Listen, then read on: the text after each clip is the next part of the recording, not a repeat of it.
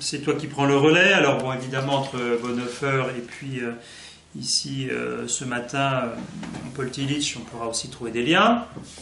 Alors, tu es surtout connu pour tes études sur Barthes, mais on se souvient tous de la formule de Marcel Neusch, vous, c'est Barthes.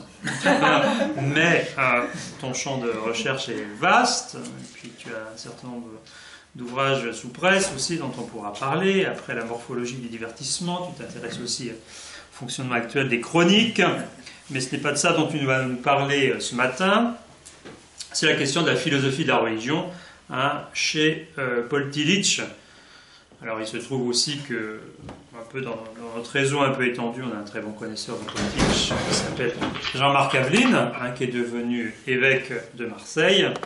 Voilà, on va t'écouter avec intérêt. Merci. Merci. Alors le titre exact de ma communication, c'est Philosophie de la religion et méthode de corrélation chez Paul Tillich. Il a écrit un très grand ouvrage qui s'intitule Théologie systématique, qui a été publié en 1951. Et le premier volume de cette théologie systématique s'ouvre par une longue introduction méthodologique dont la section C a pour titre « L'organisation de la théologie ». Cette section traite de la répartition du travail théologique en plusieurs groupes de disciplines. Il y a les disciplines historiques, systématiques et pratiques. C'est quelqu'un qui n'a pas coupé le micro, je pense. Voilà. Très bien, merci. Alors, il y a 2 pages et demie qui sont consacrées à la systématique. Il y a successivement question de théologie naturelle et de la philosophie de la religion, puis de l'apologétique, ensuite de l'éthique et enfin de la dogmatique. En ce qui concerne la théologie naturelle, qui classiquement servait de préambule à la théologie de la révélation, Tillich note qu'on l'a remplacée au XIXe siècle, et Schleiermacher a joué un rôle décisif dans cette modification, a été remplacée donc par une philosophie générale et autonome de la religion. Alors surtout notez bien ce nom, Schleiermacher, parce que c'est un personnage extrêmement important, même encore pour nous aujourd'hui. Si vous voulez, on en parlera un peu après. Jean Grèche a consacré beaucoup d'énergie. Au XXe siècle, les néo-orthodoxes rejettent aussi bien l'une que l'autre. Ils affirment fortement que le christianisme se renie et se dénature quand il s'écarte si peu que ce soit dans sa réflexion sur lui-même et sur son message d'une démarche fondée sur la seule révélation. Pour sa part, Tillich, tout en acceptant en partie cette critique de la théologie naturelle et de la philosophie de la religion, tient à rendre justice aux motifs théologiques qui sous-tendent ces 2 disciplines. Il n'entend pas les écarter ni les négliger, d'où la solution qu'il a longuement élaborée, qu'il met en œuvre dans la théologie systématique, et je cite, « Elle introduit dans la structure même du système l'élément philosophique en l'utilisant comme le matériau qui sert à développer les questions. Elle apporte une réponse aux questions par des concepts théologiques. Elle résout le problème théologie naturelle ou philosophie de la religion par une 3e approche, la méthode de corrélation. Pour l'organisation de la théologie systématique, il en résulte qu'aucune discipline particulière appelée philosophie de la religion n'appartient au domaine de la théologie systématique. Ce choix ne signifie pas toutefois que le curriculum théologique doit refuser de prendre en considération les problèmes habituellement rangés sous l'appellation philosophie de la religion. Fin de citation. Voilà, donc on va essayer de développer un petit peu cette citation. Alors quel est le problème d'abord? Théologie naturelle et philosophie de la religion. L'expression plutôt équivoque et trompeuse de religion naturelle désigne une religion où la nature humaine n'est pas réceptrice, comme dans une religion révélée, mais elle est productrice. Et où elle est seulement productrice. Cette religion trouve en l'être humain, dans son intériorité, dans sa rencontre avec le monde, les deux éléments étant indissociables, sa source et ses contenus. Elle donne naissance à une théologie naturelle, c'est-à-dire à une connaissance de Dieu qui se déduit de la structure de la réalité et qui le comprend en tant que catégorie nécessaire à l'intérieur de la raison humaine. Voilà. Donc à partir de la raison humaine, je peux atteindre Dieu. Y a-t-il lieu de distinguer théologie naturelle et philosophie de la religion? Les deux expressions désignent à peu près le même ensemble de thèmes et soulèvent des problèmes identiques. Cependant, trois indications que Tillich ne développe pas beaucoup introduisent des distinctions. Premièrement, il note que classiquement, on fait de la théologie naturelle un préambule à la théologie de la révélation, qui la contrôle, alors que la philosophie de la religion s'en affranchit pour former une discipline générale et indépendante. Deuxièmement, l'expression théologie naturelle, le terme naturel risque d'égarer si on oublie que l'historicité est constitutive de l'être humain. Pour Tillich, on ne connaît Dieu qu'à partir d'une révélation et il n'y a pas de connaissance de Dieu qu'on pourrait qualifier de naturel au sens de ce qui ne dépend d'aucune sorte de révélation. Troisièmement, Tillich distingue deux types de philosophie de la religion, une qu'il appelle cosmologique et une autre qu'il appelle ontologique. Pour la cosmologique, l'homme découvre hors de lui, dans le cosmos, un Dieu étranger à son être propre. Pour l'ontologique, l'homme rencontre en lui, dans les profondeurs de son être, un Dieu qui ne lui est pas extérieur, mais intérieur et intime. La théologie naturelle, telle qu'on l'entend habituellement, correspond au type cosmologique. Elle a une orientation plutôt métaphysique.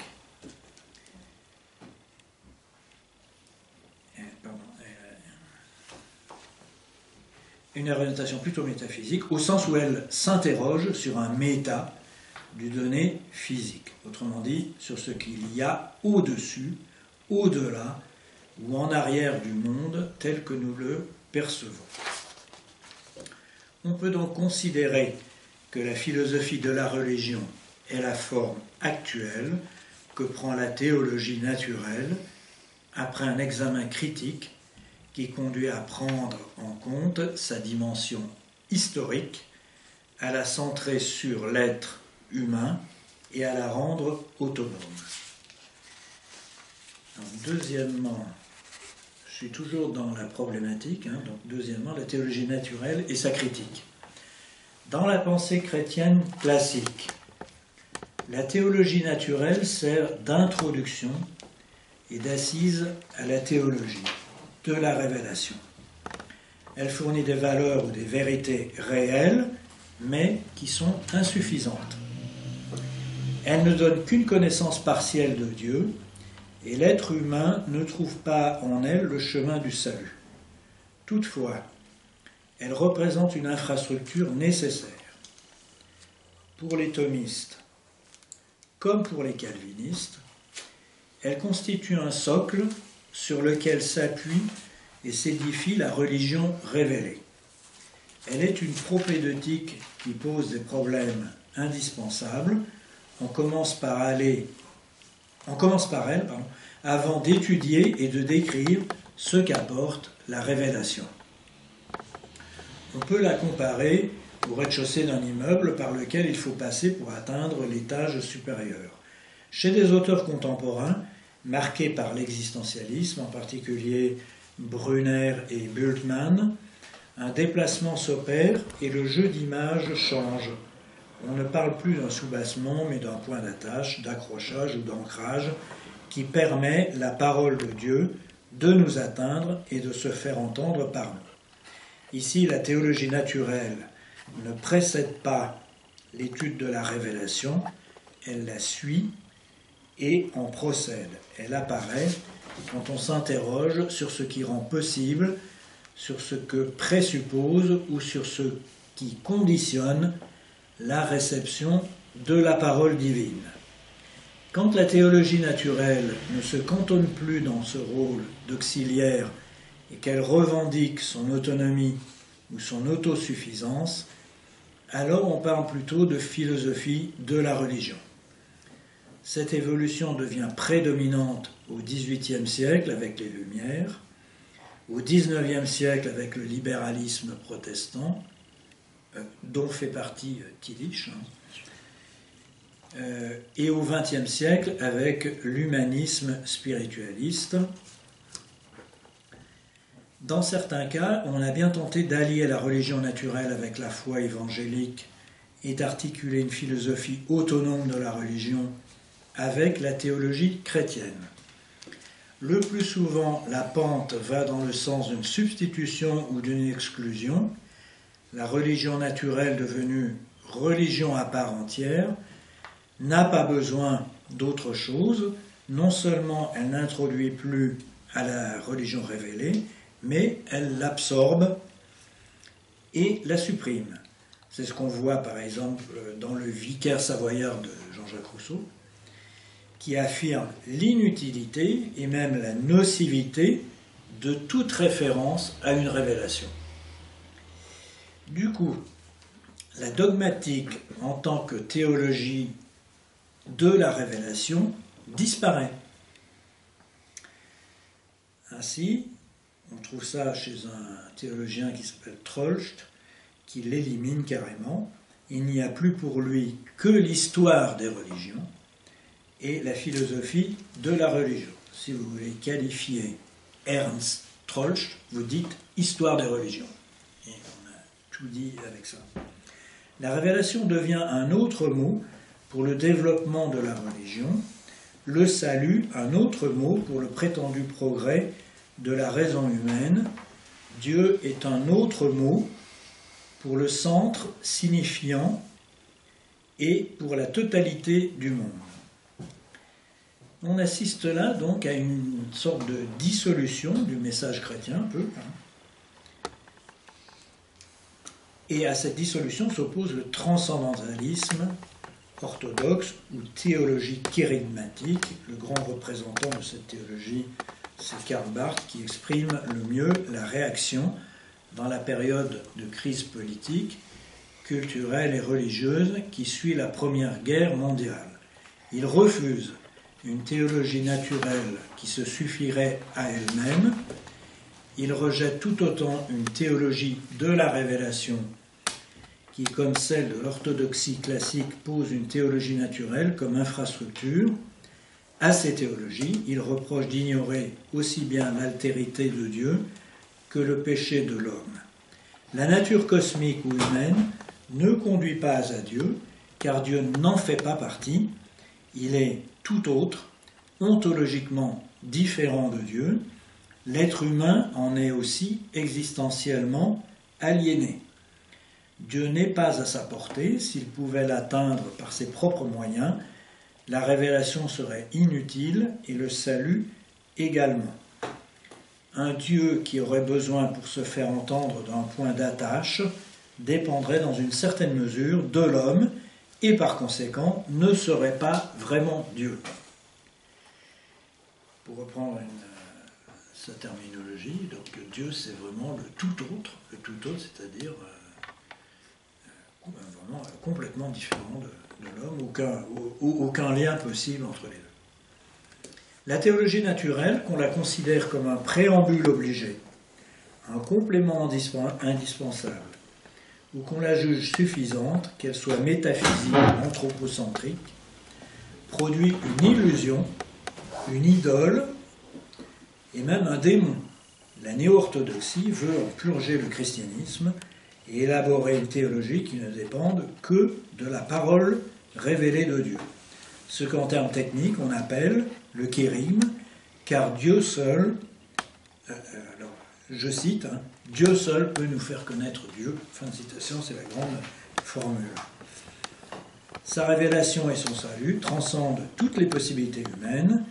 La foi chrétienne n'admet rien d'autre que la théologie kérigmatique. Elle juge insensé et blasphématoire aussi bien la théologie naturelle que la philosophie de la religion. Tillich note la force prophétique de cette protestation de Barth. Il en souligne les mérites. Elle procède d'un sentiment profond de la souveraineté de Dieu. Elle affirme à juste titre que toute connaissance de Dieu vient de Dieu, que nous ne la produisons, ni même ne la provoquons, ce qui disqualifie la démarche de la théologie naturelle. Elle rejoint l'objection décisive que Tillich oppose à la philosophie de la religion en fondant, et je cite, l'inconditionné sur le conditionné. L'inconditionné, c'est un mot, une notion majeure chez Tillich. Elle nie de fait pour les églises, dans le contexte dramatique des années 30, elle les a détournées du paganisme et du sécularisme. Je vais redire tout ça en termes un peu plus simples. Le point de départ, c'est Schleiermacher, qui a été un pasteur protestant pendant toute sa vie et qui ne croyait pas à tout un tas de trucs, en particulier l'incarnation. C'est surprenant pour un pasteur, hein. Il y a tout un tas de dogmes de ce type, et il a été pasteur et enseignant toute sa vie. Il n'a jamais été inquiété par sa hiérarchie, rien du tout. Et la raison est très simple, c'est qu'il n'a jamais parlé de la foi, mais il a toujours parlé religion. Et qu'est-ce que la religion pour Schleiermacher? C'est quelque chose de personnel, une sorte, ça n'est pas la foi, c'est une expérience religieuse.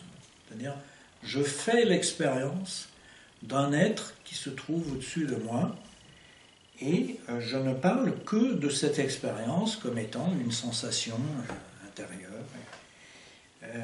J'insiste là-dessus parce que, en fait, on n'est pas sorti de Schleiermacher. Combien il y a de chrétiens qui disent oui, pour moi, la religion, la foi, bon, c'est quelque chose de personnel. Vous voyez, toutes ces expressions-là viennent de là. Et ce que fait Barth, c'est qu'il s'oppose radicalement à cette idée, et qu'il y a en premier, il y a la parole de Dieu, et nous sommes atteints par la parole de Dieu de façon radicale. Et la parole de Dieu s'exprime de trois façons. Il y a la parole prêchée, c'est la première par laquelle on est atteint, la parole révélée et la parole écrite. Et toute sa théologie, toute sa dogmatique est articulée et basée autour de ces trois modalités de la parole de Dieu. Et donc Tillich s'inscrit un peu au milieu, hein, puisque pour lui, il parle de théologie naturelle et elle peut constituer le fondement d'une parole révélée. Voilà à peu près le schéma, hein, donc, tout ce que j'ai dit jusque-là. Donc,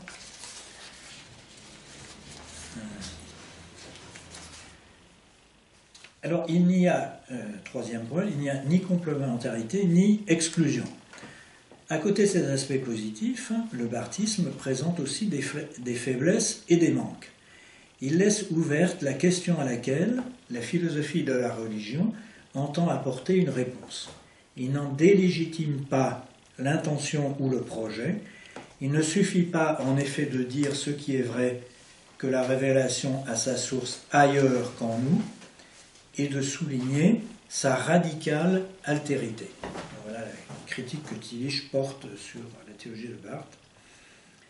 Il faut aussi expliquer comment elle nous rencontre et montrer ce qui nous permet de l'accueillir et l'entendre. Si la parole divine nous était totalement étrangère, si elle ne répondait pas à une attente, elle ne nous toucherait ni nous concernerait si peu que ce soit. Elle ne nous atteint que s'il y a en nous une interrogation ou un désir, qui en rend l'écoute possible. Donc, voilà le correctif qu'il applique à la théologie de Barth. Je précise que Tillich a été barthien au départ. Il ne faut pas oublier ça. Donc, il sait de quoi il parle. Personne ne la recevrait sans une correspondance entre ce qu'elle dit et ce que nous sommes. Souvent, on a vu dans le thème de l'imago Dei l'affirmation d'une similarité ou d'une parenté entre Dieu et l'homme qui permet la relation entre le Créateur et la créature. À quoi Barth rétorque qu'effectivement, il y a une surdité ou une fermeture totale de notre être à la parole divine, mais que cette parole crée en nous un être nouveau capable de l'accueillir. Dieu nous parle et il fait surgir en nous l'oreille qui naturellement nous manque pour l'entendre. Selon Barth, l'imago Dei relève d'une promesse eschatologique, elle ne s'applique pas à la réalité présente. Tout vient donc de la révélation, y compris la réception de cette révélation. Cette réponse ne convainc pas Tillich. N'implique-t-elle pas que Dieu s'adresse à un autre être que le nôtre? Quelle continuité et quelle identité entre ce que nous sommes présentement et cette nouvelle créature? Comment comprendre l'affirmation de l'apôtre Paul que l'Esprit de Dieu rend témoignage à notre esprit et pas à un esprit différent du nôtre? Nous constatons par ailleurs que la Bible utilise largement le langage religieux du monde environnant. Elle le transforme certes, mais pas complètement. Qu'elle puisse utiliser signifie qu'elle s'appuie, même pour la modifier, voire la contredire, sur l'expérience religieuse que ce langage exprime, d'autant plus que cette expérience est façonnée non seulement par la nature, mais aussi par une histoire dans laquelle Dieu agit. D'où le problème qu'affronte Tillich. Une théologie qui se réclame d'une révélation transcendante, à la fois exclut et exige une philosophie de la religion. Premièrement, deux raisons à cela. Donc, premièrement, elle l'exclut, ou bien elle annexe la philosophie de la religion et lui enlève de ce fait son caractère philosophique en la privant de son autonomie, ou bien la philosophie de la religion fonde la religion sur la nature, l'histoire et le langage de l'homme sur des réalités immanentes qui évacuent de fait la transcendance de la révélation et lui enlève son caractère charismatique. Tout est dit par l'homme, rien n'est dit à l'homme. Deuxièmement, en même temps, une théologie de la révélation exige une philosophie de la religion, parce que la révélation n'est vraiment révélatrice qu'en connexion avec ceux à qui elle s'adresse. Pour les atteindre dans leur existence, elle doit tenir compte de ce qu'ils sont et de ce qu'ils vivent. Elle ne leur est intelligible et audible que si elle s'exprime dans leur langage et dans leur conceptualité. On le constate avec les théologiens qui veulent le plus se passer de la philosophie. Ils ne peuvent pas éviter d'utiliser des termes philosophiques. Leur pratique contredit et dément leurs principes. Voilà, je pense que tu seras, en tant que philosophe chrétien, tu dois qu'être d'accord avec tout ça. La parole de Dieu est révélatrice et salvatrice parce qu'elle se dit dans des paroles et dans des catégories culturelles. Sinon, elle ne sauverait pas, elle n'éclairerait pas, elle détruirait. Elle apporte certes du nouveau, du différent, elle ébranle et retourne, elle convertit, Sans cela, elle ne serait pas transcendante. Mais renverser et changer implicitement une forme ou une matière préexistante, celle qui étudie la philosophie de la religion. Précisément parce que la révélation est, je cite, la critique et la transformation venant de Dieu de l'expérience religieuse, fin de citation, elle présuppose cette expérience sans laquelle personne ne pourrait en entendre ni recevoir le message.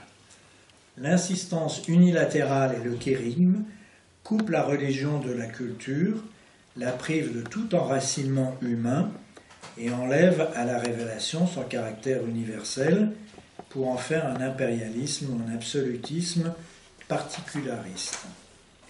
Entre une théologie de la révélation transcendante et une philosophie de la religion, on ne peut ni établir une complémentarité, ni poser une antinomie.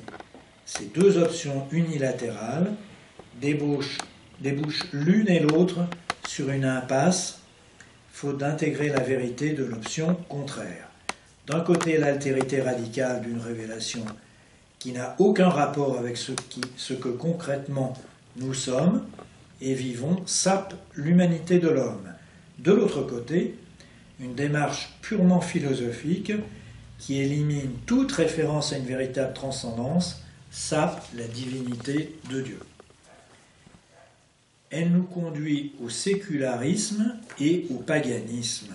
Pour résoudre ce problème, Tillich cherche donc une nouvelle voie, une autre approche, et pense la trouver dans une méthode qu'il a appelée la méthode de corrélation, qui établit une bipolarité ou une interférence vivante entre les motifs de la philosophie de la religion et les thèmes d'une théologie de la révélation. Donc, il appelle méthode de corrélation l'étude de ces deux mouvements. J'ai encore quelques instants pour en parler. Oui, bien sûr. Oui. La méthode de corrélation.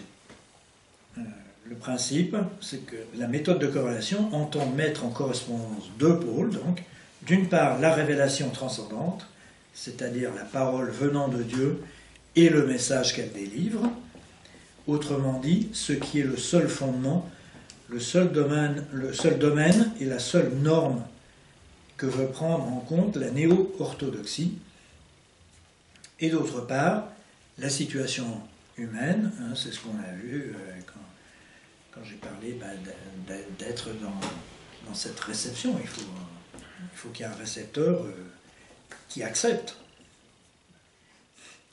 La situation humaine avec ses dimensions ontologiques, historiques et culturelles, autrement dit, ce qui est le seul objet et champ d'étude que reconnaît la philosophie de la religion précisément.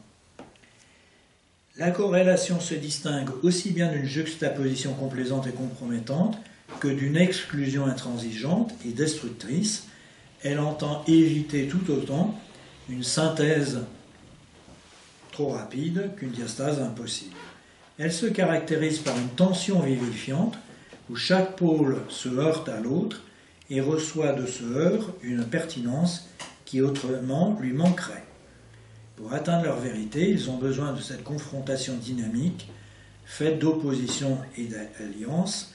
La méthode ne fonctionne bien que si chaque pôle garde son autonomie et sa consistance propre, sinon il n'y aurait plus d'interaction et la corrélation serait remplacée par une subordination, voire par la dénaturation ou la suppression des deux pôles. Donc le principe de cette méthode de corrélation, c'est qu'il y a les deux mouvements, et les deux mouvements doivent rester de nature un peu conflictuelle pour pouvoir en parler. Alors, ça c'est le principe, la mise en œuvre, comment concrètement se noue la corrélation. Tillich donne deux indications qui le plus souvent se combinent et s'entremêlent, au point qu'on a de la peine des fois à les distinguer.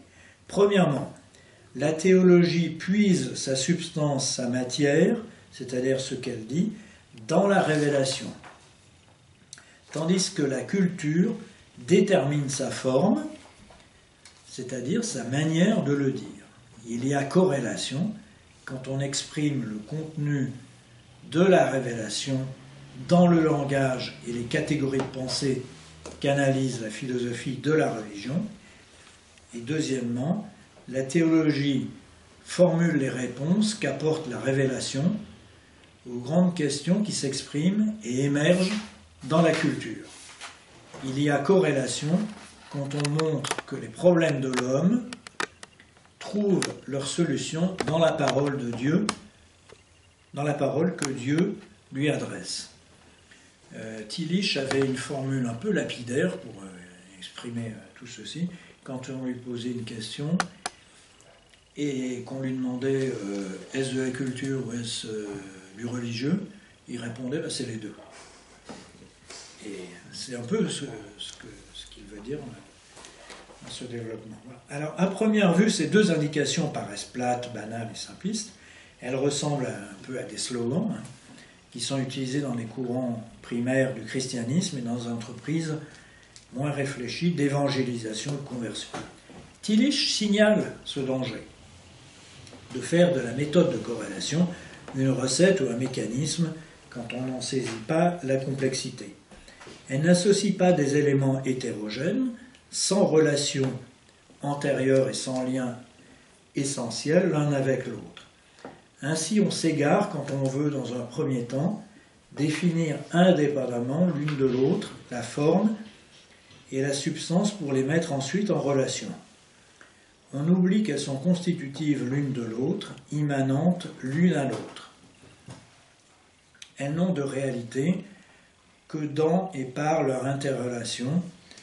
On ne rencontre nulle part de substance dépourvue de forme, car c'est la forme qui permet à la substance d'exister. Avec des formules comme ça, on sent que Tillich peut être parfaitement lisible par des gens qui seraient dans une mouvance thomiste ou catholique classique. On ne trouve jamais une forme vide de substance, car c'est la substance qui permet à la forme de surgir. N'imaginons pas une révélation à l'état pur, une parole éternelle ou une essence du christianisme qu'on pourrait isoler avant de les traduire dans des langages particuliers et dans des situations diverses. Là, Tillich veut dire, n'imaginons pas la théologie de Barth, donc. L'évangile, au sens de la parole divine exprimée et annoncée, est toujours culturel et contextuel. La révélation, je cite Tillich, la révélation et la réception de la révélation forment un tout indissociable. Fin de citation. Le divin se manifeste toujours dans une chair. À l'inverse, le langage n'est jamais une forme totalement vide. Il porte en lui, au moins à l'état d'ébauche, un contenu implicite. Il véhicule des idées, des principes, des valeurs, et donc une philosophie en germe qui infléchisse le message divin en l'exprimant. Le langage, il n'est pas hors sol, c'est pas juste une technique. Chacun des pôles de la corrélation s'enlace inextricablement avec l'autre dans une symbiose qui interdit de les séparer. Néanmoins, on ne peut pas les assimiler. La substance lutte contre la forme qui, en l'incarnant, l'enferme et l'étouffe. Par exemple, en peinture, on en a un exemple frappant avec l'expressionnisme. La forme se bat contre une substance indocile qui risque de se volatiliser en se libérant de ce qui l'incarne. Elle se perd dans le vide et s'étiole. Elles ne peuvent pas, donc substance et forme, elles ne peuvent pas se passer l'une de l'autre, et pourtant elles s'entrechoquent inévitablement. La corrélation n'est pas une collaboration paisible, mais un affrontement incessant. Je parlais de nature conflictuelle tout à l'heure. C'est pourquoi il n'y a pas de théologie stable et définitive. Elle consiste en un mouvement un va-et-vient qui ne cesse jamais. Et je conclus, j'ai encore le temps de conclure. Tillich souligne une conclusion qui s'intitule « La question et la réponse ». Tillich souligne encore plus la complexité de la méthode de corrélation à propos du thème de la question et de la réponse. Tillich entend souligner qu'une réponse prend sens dans sa rencontre avec une question, et à l'inverse qu'une question prend sens en lien avec une réponse. Ainsi, la perception de la finitude, qui relève de la question, et celle de l'infini, qui se situe du côté de la réponse, se conditionnent réciproquement. L'interrogation a quelque chose d'étonnant et de paradoxal. Elle suppose qu'on soit écartelé entre un avoir et un manque, une possession et un dénuement, une connaissance et une ignorance. On questionne parce qu'on ne sait pas, on demande parce qu'on n'a pas. Sans cela, il n'y aurait pas quête ou requête. Pourtant, comme Heidegger l'a souligné, questionner suppose une précompréhension de ce qu'on quémande. Si on n'en avait aucune idée, aucun pressentiment, aucune expérience, on ne pourrait même pas songer à solliciter l'aide et à questionner. L'interrogation ne fournit jamais la réponse, et pourtant c'est la réponse qui la suscite. Elle naît d'un savoir non su, d'un avoir indigent. L'insatisfaction qu'exprime la question vient d'une réalité qui s'offre ou s'approche furtivement et en même temps se dérobe, s'éclipse, se refuse. Une révélation obscure amorce la recherche de la révélation.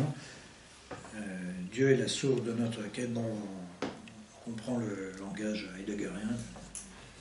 À l'inverse, la réponse, celle qu'apporte la révélation transcendante, n'épuise pas ni ne supprime la demande en comblant le vide d'où elle jaillit, mais elle la déplace, la dérange et la relance.